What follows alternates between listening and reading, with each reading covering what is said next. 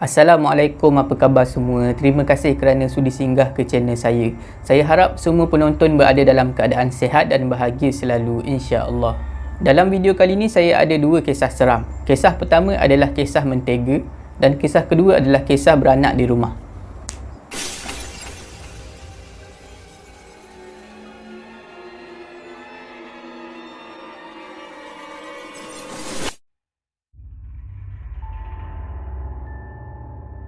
Kisah pertama ni berlaku di negara India. Untuk nak memudahkan cerita, saya akan gunakan nama samaran Loga.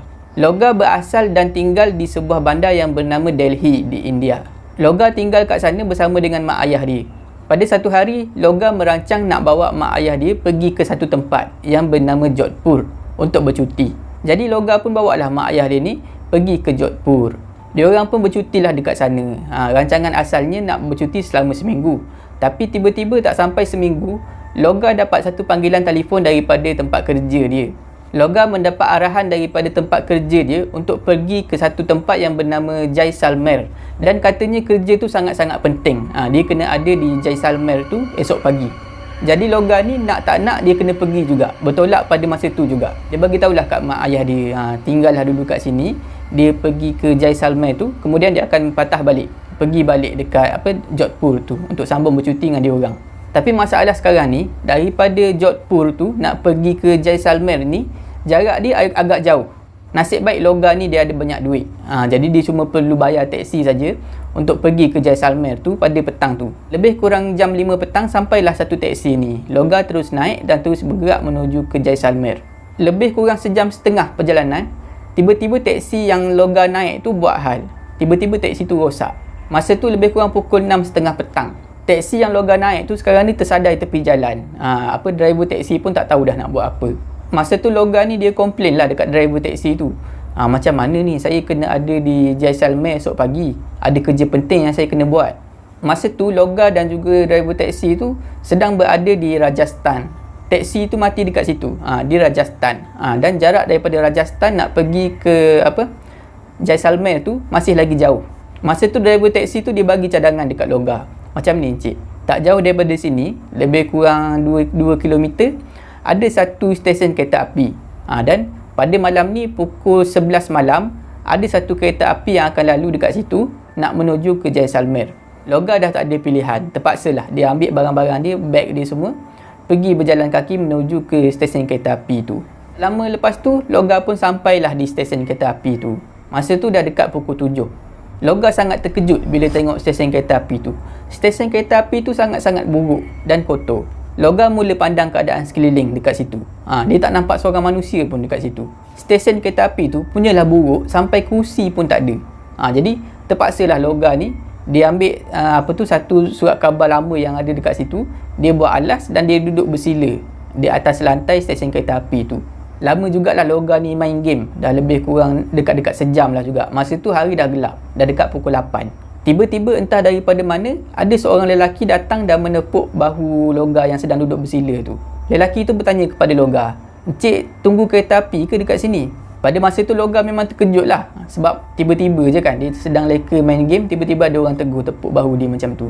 Bila Loga toleh ke tepi, Loga nampak ada seorang pakcik tua ni bercakap dengan dia. Daripada anggaran Loga, daripada apa yang dia nampak lah, pakcik tu mungkin dah berusia lebih 70 tahun. Sebab kulit muka dia memang dah berkedut, dah nampak tua, dan dia ada satu janggut yang lebat. Loga pun jawablah pertanyaan pakcik tu. "Yelah pakcik, saya tunggu kereta api." Pakcik tu pun tanya lagi Loga, "Pukul berapa kereta api tu datang?" Loga pun jawablah, "Mungkin pukul 11 baru datang." Lepas tu pakcik tu cakap, "Lambat lagi tu. Dah makan ke? Kalau belum makan, jom ikut pakcik pergi kat pondok pakcik. Pondok pakcik dekat aja kat belakang ni." Masa tu kebetulan Loga ni memang lapar. Dia tak makan apa-apa tadi. Jadi dia pun ikutlah pakcik tu balik ke pondok dia. Lebih kurang 5 minit berjalan kaki bersama dengan pakcik tu, sampailah dia orang di pondok pakcik tu. Pada masa tu memang hari dah gelap lah. Pukul 8 lebih dah pada masa tu. Bila dah sampai dekat depan pintu pondok tu, pakcik tu jemputlah Loga ni untuk masuk ke dalam. Marilah masuk. Bila Loga masuk, Loga boleh nampaklah keadaan dalam pondok tu.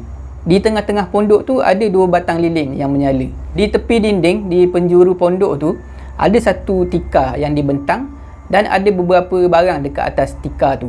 Apa yang Loga nampak ada di atas tikar tu adalah makanan. Ada sebuku roti yang dah dibuka dan ada seketul mentega.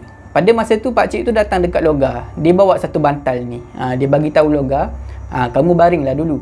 Pakcik nak buat roti mentega ni. Kita makan sama-sama. Kamu belum makan kan? Nanti pakcik buatkan roti mentega. Bila dah bagi bantal tu dekat Loga, pakcik tu pun pergilah ke penjuru bilik. Dia pun mulalah buat roti. Daripada mana tempat Loga duduk ni, Loga boleh nampaklah apa yang pakcik tu buat.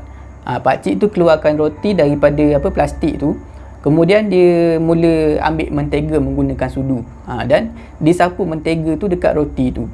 Masa pakcik tu sedang buat roti mentega tu, Loga terperasan satu benda yang pelik pada pakcik tu. Loga nampak di sebelah muka pakcik ni ada warna putih. Putih seakan-akan warna kapur. Macam tu jugalah dengan tangan dia, sebelah tangan dia. Loga mula rasa pelik. Pakcik ni tadi aku tengok okey, tapi tiba-tiba ada kesan putih pula. Mungkin terkena debu ke apa, dia fikir macam tu lah. Bila dah siap pakcik tu buatkan roti mentega, pakcik tu berjalanlah menuju ke arah Loga. Pakcik tu pun hulurkan roti mentega tu. Pada masa itulah barulah pandangan Loga ni menjadi jelas. Tangan pakcik tu adalah rangka. Tak ada daging, tak ada kulit. Cuma rangka tulang saja. Samalah dengan muka dia, sebelah muka dia. Tak ada daging dan tak ada kulit. Tengkorak saja yang nampak. Bila dah nampak macam tu, Loga ni punya terkejut dan takut. Dia ambil bantal tu dan dia baling ke arah pakcik tu. Bila bantal tu kena pakcik tu, Loga ni boleh nampak tulang-tulang pakcik tu jatuh ke lantai. Dan Loga terdengar suara jeritan daripada pakcik tu. Loga berlari keluar daripada pondok tu dan terus berlari menuju ke stesen kereta api tadi. Sedang Loga ni berlari menuju ke arah stesen kereta api tu, Loga ni boleh nampak daripada jauh. Ada satu teksi ni baru sampai dekat stesen kereta api tu dan keluar seorang driver teksi. Loga pun terus berlari ke arah teksi tu. Rupanya teksi tu, teksi yang dia naik tadi, yang rosak tadi. Dan driver tu pun driver yang sama. Bila Loga dah sampai dekat situ, driver teksi tu pun bagi tahulah Loga. Teksi ni dah elok cik, saya dah baiki tadi. Saya datang kat sini pun sebab nak cari encik lah. Encik ke mana? Pada masa tu Loga ni tak boleh nak bercakap dengan betul. Sebab dia tercungap-cungap. Susah nak bernafas sebab dah berlari laju sangat dan dia takut. Loga masa tu memang dia ambil masa jugalah untuk bercakap. Bila dia dah tenang sikit tu, barulah dia ceritakan apa yang terjadi dekat driver teksi tu. Bila driver teksi tu dengar cerita Loga ni, dia cepat-cepat ajak Loga naik ke dalam teksi. Dia orang pun naiklah ke dalam teksi dan terus bergerak menuju ke Jaisalmer. Dalam perjalanan tu, barulah driver teksi ni teringat nak tanya Loga, beg-beg encik kat mana? Cik tinggal dekat pondok tu ke? Loga pun jawab, yelah memang saya bawa kat pondok tu, tapi tak apalah, tinggal je lah kat situ. Saya dah tak nak pergi dah kat pondok tu. Itulah saja pengalaman yang dialami oleh Loga. Bertemu dengan seorang pakcik tua yang nak buatkan dia roti mentega. Kisah kedua ni berlaku di Jawa Barat Indonesia sekitar tahun 2017. Untuk nak memudahkan cerita, saya akan gunakan nama samaran Nia. Pada masa kejadian ni berlaku, Nia bekerja di sebuah kilang di Jawa Barat tu. Dan pada masa tu, Nia tinggal di sebuah rumah sewa yang terletak agak dekatlah dengan kilang tu. Rumah sewa Nia ni jenis yang macam dibina satu lot panjang macam tu dan dibahagikan kepada 5 unit. Rumah tu kecil lah, satu unit tu kecil, macam seolah-olah macam bilik lah, tapi ada bilik air lah dekat dalam. Dan sewa rumah tu sangat-sangat murah. Ada unit 1 sampailah unit 5. Kelima-lima unit tu memang dah ada penghuni lah. Dan boleh kata semua penghuni dekat situ semuanya orang yang susah. Nia menyewa di unit nombor 5. Maknanya setiap rumah tu ada nombor lah. Nombor 1 sampai nombor 5. Nia kenal semua yang menyewa kat rumah tu. Daripada unit 1 sampailah unit 4. Cerita ni adalah tentang penghuni di unit nombor 1. Rumah nombor 1. Di rumah nombor 1 tu tinggal sepasang suami isteri dan juga 3 orang anak. Kita namakan yang perempuan tu, yang si isteri tu kita namakan Kak Sarah. Kak Sarah satu keluarga ni sangat susah. Tak ada duit. Kenderaan pun tak ada, motor pun tak ada. Setiap hari, suami Kak Sarah ni akan pergi bekerja dengan berjalan kaki. Pada masa tu, dalam keadaan susah tu, Kak Sarah ni mengandung lagi. Pada masa tu, Nia ni macam kesian lah tengok keadaan Kak Sarah ni. Dah lah susah, lepas tu mengandung lagi. Dia terfikir, macam manalah keadaan Kak Sarah ni bila nak beranak nanti. Dah lah suami dia tak ada motor, tak ada kenderaan langsung. Nak bawa Kak Sarah pergi ke hospital pun tak tahu ada duit ke tak. Dipendekkan cerita, sampailah masanya Kak Sarah ni nak beranak. Jadi suami Kak Sarah ni pergilah ke rumah-rumah jiran dia nak pinjam motor sebab dia nak pergi panggil bidan. Tapi seorang pun tak bagi pinjam motor. Akhirnya suami Kak Sarah ni pergilah ke rumah Nia, ke rumah nombor 5. Pada masa tu memang tak cakap banyak lah, dia bagi je lah, sebab dia kesian tengok keadaan Kak Sarah tu. Jadi suami Kak Sarah ni terima kasih sangat-sangat lah dekat Mia dan terus pergi. Disebabkan hari tu motor Nia ni dah dia bagi pinjam kepada suami Kak Sarah, Nia ni terpaksa berjalan kaki pergi ke tempat kerja. Bila dah habis waktu kerja, Nia pun baliklah semula ke rumah. Dia tengok motor dia dah ada. Masa tu jiran-jiran sebelah ni ada di luar rumah. Jadi Nia pun bersembang lah. Masa tu Nia dapat tahu daripada jiran dia yang Kak Sarah yang duduk rumah nombor 1 tu dah beranak. Tapi yang mengejutkan, jiran-jiran ni cerita dekat Nia, Kak Sarah tu beranak di rumah sebab suami dia lambat sangat balik. Jadi Kak Sarah ni beranak di rumah bersama dengan anak-anak dia, dikelilingi oleh anak-anak dia yang 3 orang tu. Dan dengar ceritanya, suami Kak Sarah ni tak berjaya dapatkan seorang bidan sebab tak ada bidan yang nak tolong dia orang. Sebab semua orang tahulah dia orang ni tak ada duit.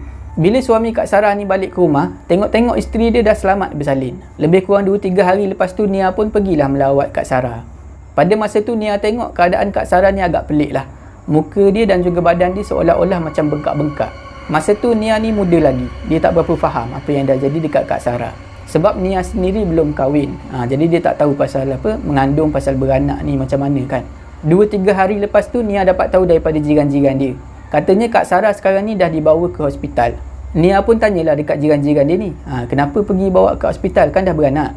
Jiran-jiran Nia ni bagi tahulah, sebenarnya Kak Sarah tu dia ada kena jangkitan sebab dia beranak di rumah dalam keadaan yang kotor. Maknanya ada jangkitan kena dekat luka dia lah, bahagian apa, tempat baby keluar tu. Pada masa tu Nia ni rasa hairan juga, macam mana boleh pergi ke hospital, dia naik apa. Lepas tu jiran-jiran ni ceritalah, suami Kak Sarah tu ada pinjam telefon. Dia telefon ambulans suruh datang ambil apa, isteri dia. Masa pun berjalan, lebih kurang 2 hari lepas tu Nia dengar cerita Kak Sarah dah meninggal dunia dekat hospital. Nia pun pergilah ke rumah Kak Sarah tu, tengok-tengok memang tak ada orang.